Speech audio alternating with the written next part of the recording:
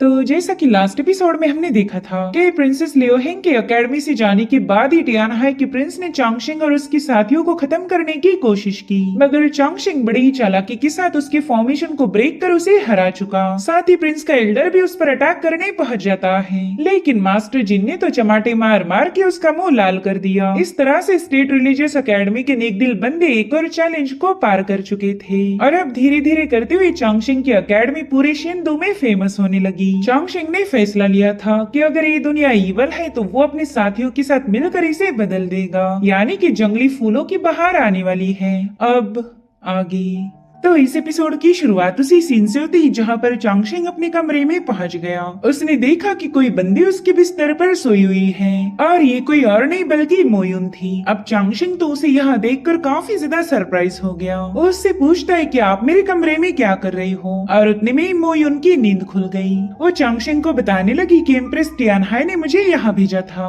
उन्हें पता था कि उनका बेटा जरूर से यहाँ पर हंगामा खड़ा करेगा और इसीलिए मुझे यहाँ भेजा गया ताकि मैं उस बंदे पर नजर रख सकूं। सो गाइस, इससे यही साबित होता है कि एम्प्रेस टियानहाई भी चांगशिंग को कोई नुकसान पहुंचाना नहीं चाहती। वेल, मोयुन कंफ्यूज होते हुए कहने लगी कि मैं तो बस यहाँ पर बैठी हुई थी, पता नहीं मुझे कब नींद लग गई। और उतने में चांगशिंग ने अपने बिस्तर की सफाई करना शुरू कर दी। अब ये देखकर मोयुन थोड़ी सी सरप्राइज थी। वो चांगशिंग से पूछती है कि अब तुम ये क्या कर रहे हो, तो चांगशिंग उसे बताता है कि आप अपने कपड़ों के साथ मेरे बिस्तर पर सोई हुई थी, जो कि काफी ज्यादा अनहाइजीनिक है, इसलिए मुझे अपने बिस्तर की सफाई करनी पड़ेगी।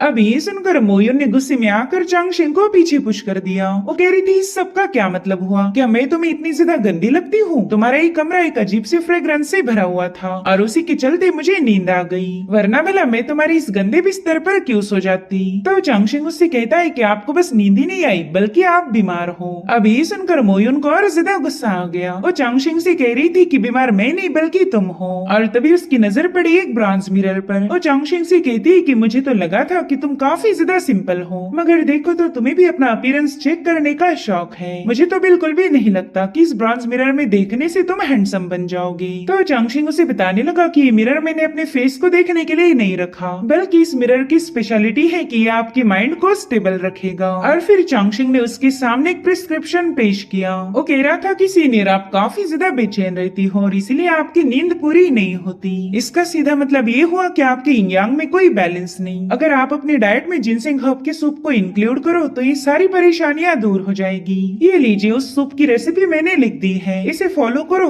और आप पूरी तरह से ठीक हो जाओगी। जिस पर मोयुन गुस्से में कहने लगी कि मेरे बारे में फिक्र करने की तुम्हें कोई जरूरत नहीं, और इतना कहते साथ ही वो पेटल्स बनकर वहाँ से वैनिश हो गई। चांगशिंग को उस पर हंसी आ रही थी कि ये बंदी अपने ही हेल्थ के कंसर्न को सीरियसली नहीं ले रही। और उतने में वहाँ पर मोयुन की आवाज गूंजने लगी। वो कह रही थी कि इंपीरियल पैलेस नहीं चाहता कि लियोहेंग इंपीरियल कोर्ट ट्रायल में पार्टिसिपेट करे। लियोहेंग ने पैलेस के सामने दरख्वास्त की थी, मगर पैलेस ने उसे ठुकरा दिया। साथ ही टियानहाई फैमिली ने उसे डिटैच्ड पैलेस में कैद करके रखा है ताकि इंपीरियल कोर्ट के एग्जाम खत्म होने तक वो बिल्कुल भी बाहर ना आने पाए। वेल, मोयुन ने सारी सीक्रेट बातें चांगशिंग को इसलिए बताई क्योंकि वो चांगशिंग की नेचर से काफी ज्यादा इम्प्रेस थी। इतना ही नहीं, वो वहाँ से जाने से पहले चांगशिंग की उस रेसिपी को भी अपने साथ लेके गई। वेल, यहाँ पर चांगशिंग को लियोहेंग के लिए काफी ज्यादा बुरा लग रहा था। वो सोचता है कि लियोहेंग मेरी डिसाइपल है, तो मुझे उससे मिलने के लिए डिटैच पैलेस जाना ही होगा। अब अगले सीन में हमें इंपीरियल एडवाइजर का पैलेस दिखाया जाता है, जहाँ पर चांगशिंग अपने डिसाइपल शियान युआन और टांग के साथ पहुंच चुका था। वेल, इन तीनों को वहाँ देखते साथ ही वहाँ मौजूद हर एक डिसाइपल इन्हें गुस्से में घूरने लगा, और उतने में वहाँ पर सीनियर सन की एंट्री हो गई। वेल, सभी डिसाइपल उसे देखते साथ ही उसके सामने अपना सिर झुकाने लगे। ऐसा कहा जाता था कि सीनियर सन उन लोगों को जरा भी पसंद नहीं करता जो कि फेम के लिए दीवाने हो। वो तो बस सिंपल और राइचस लोगों को ही फॉलो करता है, और चांगशिंग उसके लिए एक ऐसा बंदा था जो बहुत ही कम वक्त में फेमस हो गया। और जैसा कि मैंने बताया था कि ये बंदा उन लोगों को पसंद नहीं करता जो कि फेम के दीवाने हो, इसलिए उसने सीधे जाकर चांगशिंग का रास्ता ब्लॉक किया। वो इन तीनों से कह रहा था कि जल्दी से पीछे हट जाओ, तुम डिटैच पैलेस में एंटर नहीं कर सकते। जिस पर चांगशिंग जवाब देते हुए कहने लगा कि मैं भी इस पैलेस को विजिट करना नहीं चाहता, बल्कि मैं तो यहाँ पर बस मेरे डिसाइपल से मिलने आया हूँ और मैं तुम्हारे साथ भी कोई फाइट नहीं करना चाहता। जिस पर सन गुस्से में कहने लगा कि तुम तो बस मायरो क्लिंजिंग ग्राउंड के कल्टीवेटर हो, मगर फिर भी तुम्हारी जरूरत तो देखो, तुमने खुद को स्टेट रिलीजियस एकेडमी का मास्टर घोषित किया। मुझे तुम्हारे जैसे घमंडी और फेम के लिए पागल लोग बिल्कुल पसंद नहीं आते, और सबसे डिसअपॉइंट करने वाली बात तो ये है कि तुमने अभी तक अजूर क्लाउड लिस्ट में कोई रैंकिंग हासिल नहीं की, मगर फिर भी तुमने खुद को एक अकेडमी के मास्टर का खिताब दिया। तुम तो स्टेट रिलीजियस अकेडमी के नाम पर बहुत बड़ा धब्बा हो। अब ये सुनकर चांगशेंग भी थोड़ा सा हैरान था और उतने में टांग 36 सन पर गुस्सा दिखाते हुए कहने लगा कि तू हमारे मास्टर के साथ ऐसी बदतमीजी नहीं कर सकता और उन्हें अपना मास्टर बनाने के लिए हमें किसी रैंकिंग की कोई जरूरत नहीं, और ना ही तो हमारी स्टेट रिलीजियस अकेडमी के बारे में बकवास कर सकता। जिस पर सन कहने लगा कि मैं तो स्टेट रिलीजियस अकेडमी की काफी ज्यादा इज्जत करता हूँ। मेरे ख्याल से तो उनके जैसे सिंपल और राइजियस टीचिंग कोई और अकेडमी में हो ही नहीं सकती। बड़े अफसोस की बात है कि ऐसी महान अकेडमी को 20 सालों पहले बेवजह डिस्ट्रॉय किया गया था। अब ये सुनकर तो वहाँ मौजूद हर एक बंदा हैरान हो गया। उन्हें तो लगा था कि सन स्टेट रिलीजियस अकेडमी और चांगशिंग को गालियां देगा, लेकिन सन ने तो उस अकेडमी की तारीफें की। वो चांगशिंग से कह रहा था कि स्टेट रिलीजियस अकेडमी महान है और इसीलिए तुम्हारे जैसा बंदा उसका मास्टर नहीं बन सकता। अब चांगशिंग उसकी बातों को नजरअंदाज करते हुए आगे बढ़ ही रहा था कि तभी सन ने उसका रास्ता रोक लिया। वो कह रहा था कि फिलहाल प्रिंसेस लियोजिंग को ग्रीन लीफ वर्ल्ड में कैद रखा है, जो कि एक सीक्रेट रल्म है और उसका दरवाजा मेरे मास्टर के ऑर्डर के बिना नहीं खुलेगा। अगर तुम वाकई लियो हेंग से मिलना चाहते हो तो सबसे पहले तुम्हें मुझे हराना होगा। जो सुनते साथ ही टांग 36 सन पर गुस्सा हो गया। वो कह रहा था कि हमारे मास्टर बस मैरो क्लिंजिंग रल्म पर है और तुम हो इल्यूमिनेशन रल्म पर, मगर फिर भी अपने से कमजोर बंदे को चैलेंज कर रहे हैं। हालांकि चांगशिंग ने तो सन के चैलेंज को एक्सेप्ट कर लिया। वो कह रहा था चलो दिखाओ तुम्हारे पास कितना टैलेंट है। जो सुनकर सन भी अमेज होते हुए कहने लगा कि तुम में दम है तो क्यों ना इस मुकाबले की शुरुआत की जाए, और मैं तुम्हें पहले ही बता दे रहा हूँ कि मैं यहाँ पर ट्रू एसेंस का इस्तेमाल नहीं करूंगा। और इतना कहते साथ ही सन ने चांगशिंग पर अटैक करना शुरू कर दिए, जिसे चांगशिंग अपनी शॉर्ट ब्लेड से काउंटर कर रहा था। और यहाँ पर नोटिस करने वाली बात यह है कि चांगशिंग ने अपनी तलवार को म्यान से बाहर नहीं निकाला। वेल यहाँ पर हम सन की गजब की स्वॉर्ड मूव्स को देख पाते हैं। उसने इस बैटल के दरमियान ही फ्लोर पर कुछ ड्रॉ करना शुरू किया था, और ये बात चांगशिंग की नजरों में नहीं आई। वो तो बस बड़े ही कुल अंदाज में सन के हर एक मूव को काउंटर कर रहा था। इधर टांग 36 कह रहा था कि इस बंदे की स्वॉर्ड टेक्निक काफी ज्यादा अजीब लग रही, और ये बात चांगशिंग को भी रियलाइज हो गई। वो कहता है कि ये बंदा अपनी तलवार को एक ब्रश जैसा इस्तेमाल कर रहा, और इसने अपने हर एक स्ट्रोक के साथ यहाँ पर डिटैच पैलेस स्वॉर्ड फॉर्मेशन को ड्रॉ किया है। अरे अब देखते ही देखते हमें यहाँ पर एक स्वॉर्ड फॉर्मेशन दिखाया जाता है। इसे demon ceiling palace sword formation कहा जाता था। वहाँ मौजूद कल्टिवेटर्स कहने लगे कि स्वॉर्ड फॉर्मेशन को ड्रॉ करना तो इम्पॉसिबल था, मगर ये बंदा तो एलिमिनेशन रन पर होकर भी इसे आसानी से ड्रॉ कर पाया। वाकई सीनियर सन तो अमेजिंग है। यहाँ पर सन चांगशिंग को बताने लगा कि तुम्हारा फुटवर्क काफी ज्यादा अमेजिंग था। सच बताओ तो मैं तुमसे इम्प्रेस हुआ, मगर इसका कोई फायदा नहीं होने वाला क्योंकि तुम तो ऑलरेडी मेरी स्वॉर्ड फॉर्मेशन में ट्रैप हो चुके हो। खैर मैं तुम्हें एक आखिरी मौका देना चाहता हूँ, यहाँ से चुपचाप से वापस जाकर अपने स्किल्स पर काम करो।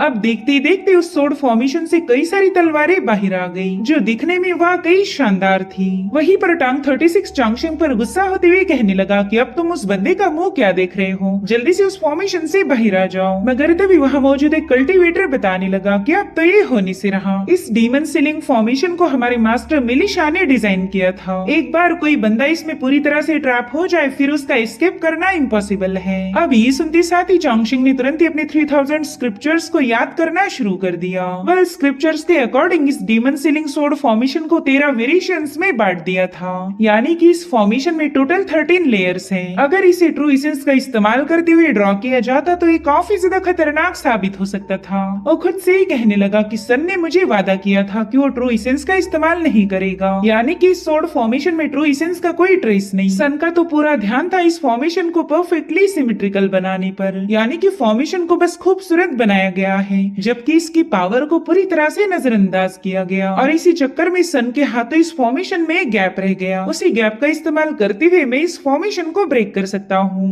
जिसके बाद चांगशिंग अपनी गोल्डन निडल का इस्तेमाल करते हुए इस फॉर्मेशन के एक हिस्से पर अटैक कर देता है। वहीं पर सन अपनी फ्लाइंग स्वॉर्ड्स का इस्तेमाल करते हुए चांगशिंग पर अटैक करने की कोशिश कर रहा था, मगर चांगशिंग बड़ी फुर्ती के साथ फ्लाइंग स्वॉर्ड से बचते हुए उस फॉर्मेशन पर हमले करने लगा। वेल इस फॉर्मेशन में टोटल 13 लेयर्स थी, तो चांगशिंग उस हर एक लेयर की कोर पर वार करने लगा, जिसके चलते उस फॉर्मेशन की ऑरा चेंज होने लगी। वो अब गोल्डन कलर में बदलने लगी थी। सन ने देखा कि चांगशिंग तो बड़ी आसानी के साथ उसके अटैक को काउंटर कर रहा है, इसलिए उसने फॉर्मेशन की बेस से सोड को बाहर निकालना शुरू कर दिया। और फिर क्या, देखते ही देखते न जाने कितनी सारी फ्लाइंग सोड ने चांगशिंग को घेर लिया। सन उसे बताता है कि देखो, मेरी तलवारों का मोमेंटम सेट है, अगर मैं चाहूँ तो एक ही सेकंड में ये सारी तलवारें तुम्हारे जिस्म के आर पार घुसा सकता हूँ, यानी कि तुम ये मुकाबला हार चुके हो। तो चांगशिंग एक स्पेसिफिक लोकेशन पर अपने निडल को सेट करते हुए कहने लगा कि मुझे तो ऐसा बिल्कुल नहीं लगता। जो सुनते साथ ही सन ने उस पर सीधे फाइनल स्ट्राइक हिट कर दी, मगर वो काफी ज्यादा हैरान था क्योंकि उसकी सारी तलवारें अपने आप वैनिश होने लगी। वो शॉक होकर बस अपनी तलवारों को वैनिश होता हुआ देख पा रहा था और उतने में ही चांगशिंग उसके करीब पहुंच जाता है। वो सन से कह रहा था कि इस मुकाबले में मैंने तुम्हें हरा दिया। सन तो काफी ज्यादा पैनिक होकर पीछे हट जाता है, उसे कुछ भी समझ नहीं आ रहा था कि आखिर चांगशिंग ने ये कारनामा कैसे कर दिखाया। साथ ही सन का पूरा फॉर्मेशन गोल्डन कलर में बदलकर वहाँ से वैनिश हो गया। चांगशिंग उससे कह रहा था कि तुम इल्यूमिनेशन रॉन के कल्टीवेटर हो, मगर फिर भी तुम इतना पेचीदा फॉर्मेशन ड्रॉ कर पाए, तुम्हारी स्किल्स कमाल की हैं। मगर इस फॉर्मेशन को सेटअप करते हुए तुमसे बस एक ही गलती हो गई, तुम इसे परफेक्ट बनाना चाहते थे ताकि ये दिखने में सुंदर लगे। तुमने इस फॉर्मेशन में कई सारे एडिशनल चेंजेस किए हैं और यही तुम्हारी कमजोरी साबित हो गई। इसलिए मैं तुम्हें बस एक फ्रेंडली सलाह देना चाहता हूँ, जहाँ जहाँ पर मैंने अपनी गोल्डन निडल से अटैक किया था उसी हिस्से पर काम करो, उस तरह से ये फॉर्मेशन और भी ज्यादा मजबूत बन जाएगा और कोई इसे आसानी से ब्रेक नहीं कर सकता।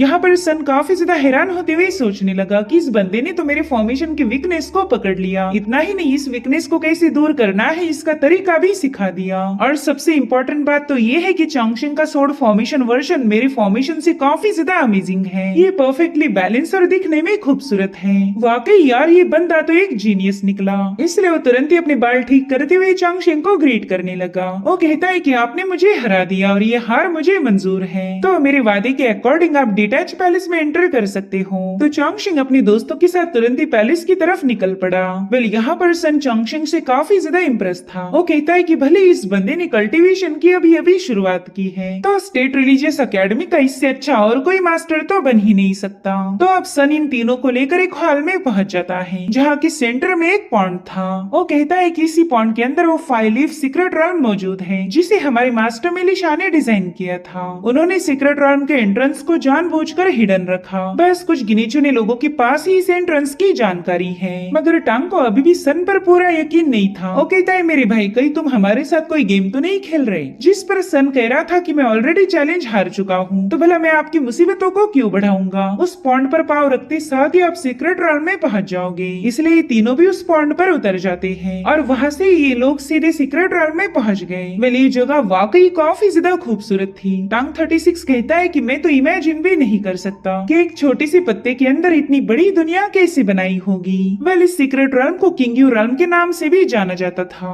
वेल, वहाँ आते साथ ही चांगशिंग की शॉर्ट ब्लेड भी अपने आप ग्लो करने लगी। वेल, इन तीनों के सीक्रेट रॉन में एंटर करते साथ ही एक पौधा काफी तेजी के साथ शेक होने लगा, क्योंकि इसी के एक पत्ते में वो सीक्रेट रॉन मौजूद है। साथ ही एक एल्डर ने चांगशिंग की शॉर्ट ब्लेड की पावर को भी पहचान लिया। वो कहते हैं कि जरूर से चांगशिंग के मास्टर उसे काफी ज्यादा पसंद करते होंगे, इसलिए तो उस बंदे ने ये सीक्रेट आर्टिफैक्ट अपने डिसाइपल के हवाले कर दिया। जिस पर मास्टर मेलिशा बताने लगी कि मुझे तो चांगशिंग के लिए काफी ज्यादा बुरा लगता, जैसे वो हमारी सिटी में आया उसे तुरंत स्टेट रिलीजियस एकेडमी में फेंक दिया गया। इतना ही नहीं, टियानहाई की रॉयल फैमिली भी उसे सप्रेस करने की पूरी कोशिश कर रही है। क्या आपको नहीं लगता कि हमने चांगशिंग के साथ कुछ ज्यादा ही बुरा बर्ताव किया? मुझे नहीं लगता कि हमने उस बच्चे पर इतना ज्यादा प्रेशर डालना चाहिए। जिस पर वो एल्डर कहते हैं कि भला तुम्हें उस बच्चे से इतनी ज्यादा रहमदिली क्यों हो गई? तो मेलिशा ने बताया कि वो बच्चा एक रेयर और एक्सेप्शनल टैलेंट है, मुझे नहीं लगता कि उसके साथ ऐसा बर्ताव किया जाना फेयर होगा। तो एल्डर कहते हैं कि रेयर टैलेंट होना ही काफी नहीं होता,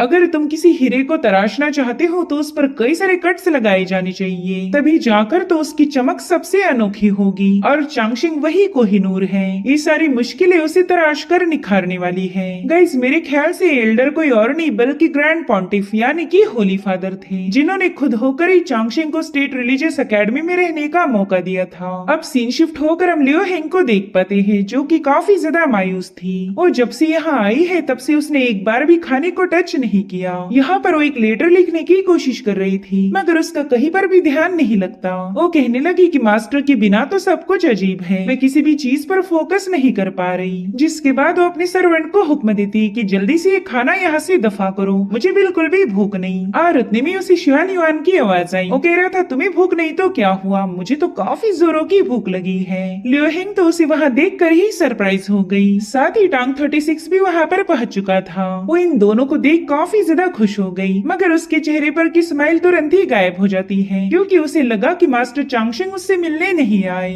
और फिर सबसे आखिर में चांगशिंग उसके सामने आकर उसे पूरी तरह से सरप्राइज कर देता है। चांगशिंग को देखकर तो लियो हेंग की खुशी का मानो कोई ठिकाना नहीं था। वो तुरंत ही अपने मास्टर के सामने सिर झुका देती है। तो चांगशिंग उसे राइज करवाते हुए पूछने लगा कि बताओ तुम्हारी कल्टीवेशन कैसे चल रही, क्या तुम प्रैक्टिस कर रही हो? तो लियो हेंग कहती कि देखिए यहाँ पर कितनी सारी बुक्स और ट्रेजर्स हैं। इतना ही नहीं यहाँ का खाना भी डिलीशियस था, इसलिए यहाँ पर तो मेरे दिन काफी ज्यादा मजे में गुजरे, मैंने हर पल को एंजॉय किया। जिस पर शियान युआन उसे ताना मारते हुए कहने लगा कि हाँ तुम इतनी ज्यादा खुश हो कि अपना खाना पीना ही छोड़ दिया। इतना ही नहीं टांग 36 उसने लिखे हुए लेटर को पढ़ने लगा। वो कहता है अरे वाह तुमने तो इस लेटर में मेरे नाम के सामने डियर लिखा। अरे वो लियो हेंग का लेटर सबको पढ़कर सुनाने लगा।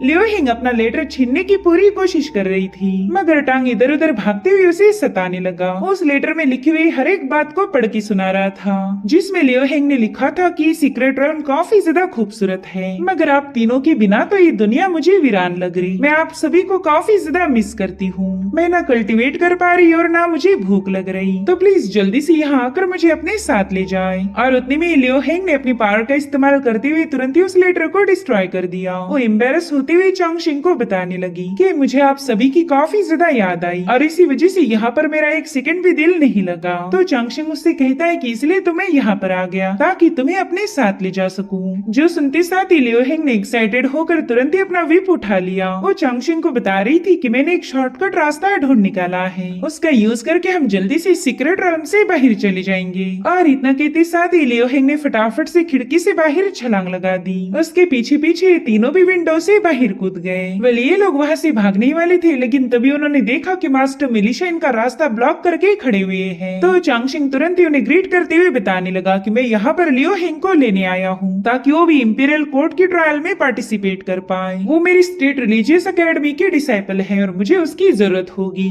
तो मिलिशा उससे कहते हैं कि तुम्हें घबराने की कोई जरूरत नहीं, हमारा डिटैच पैलेस एक प्रिंसेस को कैद नहीं रख सकता। जिस दिन इंपीरियल कोर्ट के एग्जाम होंगे उस दिन मैं खुद ही प्रिंसेस लियो हेंग को वहाँ पर लेके आ जाऊंगा। तो बताओ क्या तुम्हें ये सौदा मंजूर है? जिसके लिए चांगशिंग भी तुरंत ही राजी हो गया। तभी मास्टर मिलिशा उससे पूछते कि चांगशिंग बताओ तुम्हें यहाँ पर क्यों लाया गया? जिस पर चांगशिंग जवाब देते हुए बताने लगा कि मैं तो मेरी डिसाइपल लियो हेंग के लिए परेशान था मगर यहाँ आने के बाद मुझे पता चला कि वो तो पूरी तरह से सेफ है, यानी कि किसी ने जानबूझकर मुझे यहाँ आने पर मजबूर किया ताकि वो मुझसे मिल सके। तो मिलिशा उससे कहते हैं कि तुम्हारा अंदाजा पूरी तरह से सही है। वेल मैं तुम्हें एक इम्पोर्टेंट बात बताने जा रहा हूँ। दरअसल तुम्हारे लिए एक बहुत ही स्पेशल ट्रायल को डिजाइन किया है। अभी सुनकर चांगशिंग भी थोड़ा सा सरप्राइज हो गया तो तुरंत ही मास्टर मिलिशा को उस ट्रायल के बारे में पूछने लगा। तो मिलिशा वहाँ से जाते हुए कहने लगे कि सारी तैयारियां ऑलरेडी हो चुकी हैं। इस सीक्रेट रेल्म से बाहर जाते साथ ही तुम्हें सब कुछ पता चल जाएगा।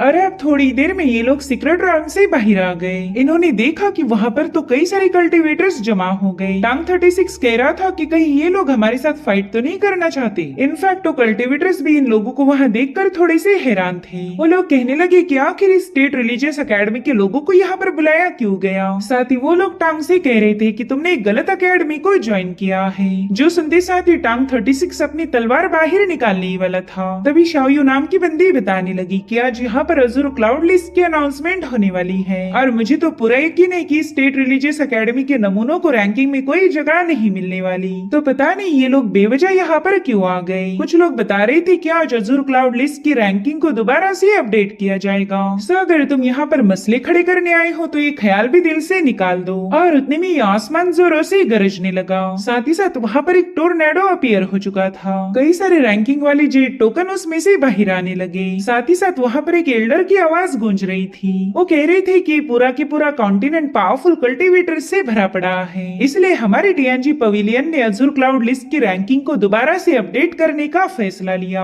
हमने कल्टीवेटर्स के टैलेंट को चेक करने के बाद ही इस लिस्ट को अपडेट किया है। इस तरह से हम हर एक कल्टीवेटर को कल्टीवेशन करने के लिए मोटिवेट कर सकते हैं। जिसमें भी दम है वही इस रैंकिंग को अचीव कर पाएगा। और अब देखते ही देखते वहाँ पर जेट टोकन रैंकिंग का एक बहुत बड़ा स्ट्रक्चर अपीयर हो गया। यहाँ मौजूद हर एक टोकन पर किसी न किसी कल्टीवेटर का नाम लिखा गया था जो कि उसकी रैंकिंग को दर्शाता है। साथ ही साथ वहाँ पर टीएनजी पवेलियन के एल्डर भी अपीयर हो गए। वेल यहाँ पर चांगशिंग दिल ही दिल में सोचने लगा कि हिस्ट्री के अकॉर्डिंग इस महीने में रैंकिंग को अपडेट नहीं किया जाता। हो सकता है कि ये सारी मास्टर मिलिशा की ही प्लानिंग हो। उन्होंने मुझे आगाह किया था कि मेरे लिए एक नई ट्रायल की शुरुआत होगी। मेरे ख्याल से उस ट्रायल की शुरुआत इसी रैंकिंग से होने वाली है। वेल यहाँ मौजूद कुछ कल्टीवेटर्स को पूरा यकीन था कि वो जरूर से टॉप रैंकिंग की लेवल को अचीव करेंगे। और उतने में एल्डर टीएनजी बताने लगे कि मैं तो चाहता हूँ तुम सभी लोग काफी तेजी के साथ ग्रो करो, मगर इस साल बात कुछ और है क्योंकि स्टेट रिलीजियस एकेडमी भी इस कंपटीशन में शामिल हो चुकी, इसलिए रैंकिंग में बदलाव होंगे। हमने एक बार फिर से सभी के टैलेंट को क्रॉस चेक किया और उसी के हिसाब से ये नई रैंकिंग की लिस्ट अपडेट की है। वेल इस नई लिस्ट में स्टेट रिलीजियस एकेडमी का शुआनयुआनपो भी शामिल है। अब ये सुनकर शुआनयुआनपो काफी ज्यादा हैरान था और उसे इस लिस्ट में 148वीं रैंकिंग मिली। वेल शुआनयुआनपो का नाम ऐड होते हुए एक बंदे का नाम हटा दिया गया, जिससे तो वो बंदा सीधा घुटनों पर आ जाता है और ये बंदा कोई और नहीं बल्कि शुआनयुआनपो का पुराना दोस्त था। वेल शुआनयुआन तो काफी ज्यादा खुश होकर अपने मास्टर को बताने लगा कि देखिए मैंने भी अज़ुर लिस्ट पर अपनी जगह बना ली। साथ ही वो खुशी के मारे टांग को भी फटके लगा देता है। उतने में ही एल्डर टीएनजी ने एक और अनाउंसमेंट करी। वो कहते हैं कि अब मैं स्टेट रिलीजियस एकेडमी के दूसरे डिसाइपल की बात करने वाला हूँ जिसका नाम है टांग और ये किसी राइजिंग स्टार से कम नहीं। वेल टांग का नाम सुनते साथ ही चांगशिंग और शुआनयुआन काफी ज्यादा खुश हो गए। वेल टांग पहले 36 रैंकिंग पर था और इसी वजह से उसने अपना नाम रखा था टांग 36, मगर अब उसने अज़ुर क्लाउड लिस्ट पर 16वीं रैंकिंग हासिल कर ली थी। अब अगर देखा जाए तो हम टांग 36 को टांग 16 नाम से बुला सकते हैं, मगर दोस्तों टांग को ये नाम पसंद नहीं आया। वो तो कह रहा था कि अब मेरे नाम के पीछे 16 नहीं बल्कि द जीनियस लगेगा, यानी कि मैं हूँ टांग द जीनियस। उतने में ही एल्डर टीएनजी ने एक और अनाउंसमेंट करी। वो कह रहे थे कि सेकंड रैंकिंग एक नए पर्सन को दी जाने वाली है। अब ये सुनकर सभी लोग थोड़े से हैरान थे। वो कहते हैं कि सेकंड रैंकिंग पर एक पावरफुल कल्टीवेटर था, भला उसे किसने सप्रेस किया होगा। वेल सेकंड रैंकिंग दी गई थी बाय लियो हेंग को, यानी कि वो अब अज़ुर क्लाउड लिस्ट की सेकंड रैंकिंग पर पहुंच चुकी है। जो सुनते साथ ये तीनों भी काफी ज्यादा खुश हो गए। एल्डर टीएनजी कहने लगे कि शुआनयुआनपो, टांग और लियो हेंग ये तीनों भी इतनी प्रोग्रेस इसलिए कर पाए क्योंकि इन्हें एक ग्रेट मास्टर मिला। उसी मास्टर की बदौलत ये तीनों इतनी स्पेशल रैंकिंग हासिल कर पाए। मुझे पूरा यकीन है कि इन तीनों का फ्यूचर ब्राइट होगा। वेल ये सब सुनकर तो दूसरे कल्टीवेटर्स पूरी तरह से सदमे में चले गए। वो कहने लगे कि स्टेट रिलीजियस एकेडमी को हाल ही में ओपन किया गया था, तो फिर ये लोग इतनी जल्दी प्रोग्रेस कैसे कर पाए। इसका तो बस एक ही लॉजिकल रीजन हो सकता है कि इनका मास्टर चांगशिंग वाकई रिमार्केबल होगा। अगर मौका मिले तो हम भी इस एकेडमी को ज्वाइन करना चाहेंगे। इधर शुआनयुआन और टांग भी अपने मास्टर को प्रेज कर रहे थे, मगर चांगशिंग अभी भी थोड़ा सा फिक्रमंद है। उसे तो बस मास्टर मिलिशा ने कही बातें याद आ रही थी। और उतने में एल्डर टीएनजी कहने लगे कि अब सभी लोग ध्यान से सुनो, आज यहाँ पर एक और पर्सन ने नई रैंकिंग को हासिल किया है और हमने इसी बंदे की खातिर इस लिस्ट को अपडेट किया था। वेल ये पर्सन इतना ज्यादा स्पेशल इसलिए है क्योंकि इसने ग्रेट जाओ के सभी जीनियस को इंपीरियल कोर्ट एग्जाम में चैलेंज किया है। यूँ समझ लो कि ये कॉन्टेस्ट होगा 1 वर्सेस ऑल। साथ ही इसे पूरा यकीन है कि ये टॉप पोजीशन को क्लेम करेगा। और उतने में एक जोरदार एनर्जी एक्सप्लोजन के साथ एक नया जेट टोकन समन किया गया।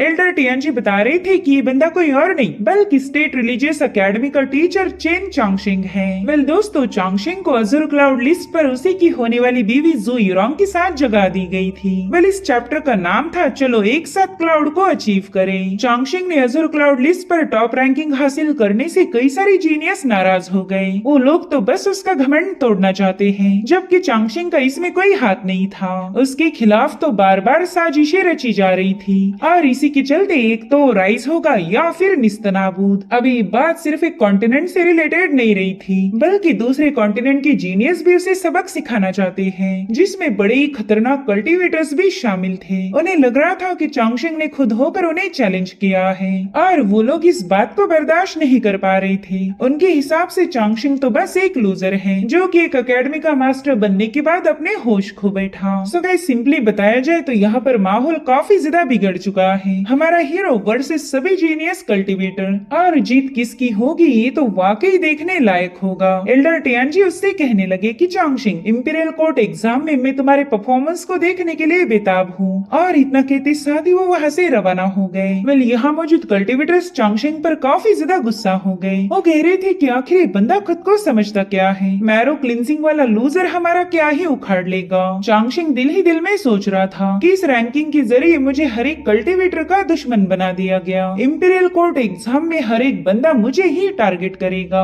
और अब हमें दिखाए जाते हैं दो होली फादर। वो कहते हैं कि रॉयल फैमिली की दावत में जो कुछ भी हुआ था वो तो बस एक मामूली सा ट्रेलर है, असली पिक्चर तो इंपीरियल कोर्ट एग्जाम में ही शुरू होगा। चलो देखते हैं चांगशिंग तुम कितनी दूर जा पाओगे। और इसी के साथ ये एपिसोड यहीं पर एंड हो जाता है। Thank you so much for watching. Bye bye, take care.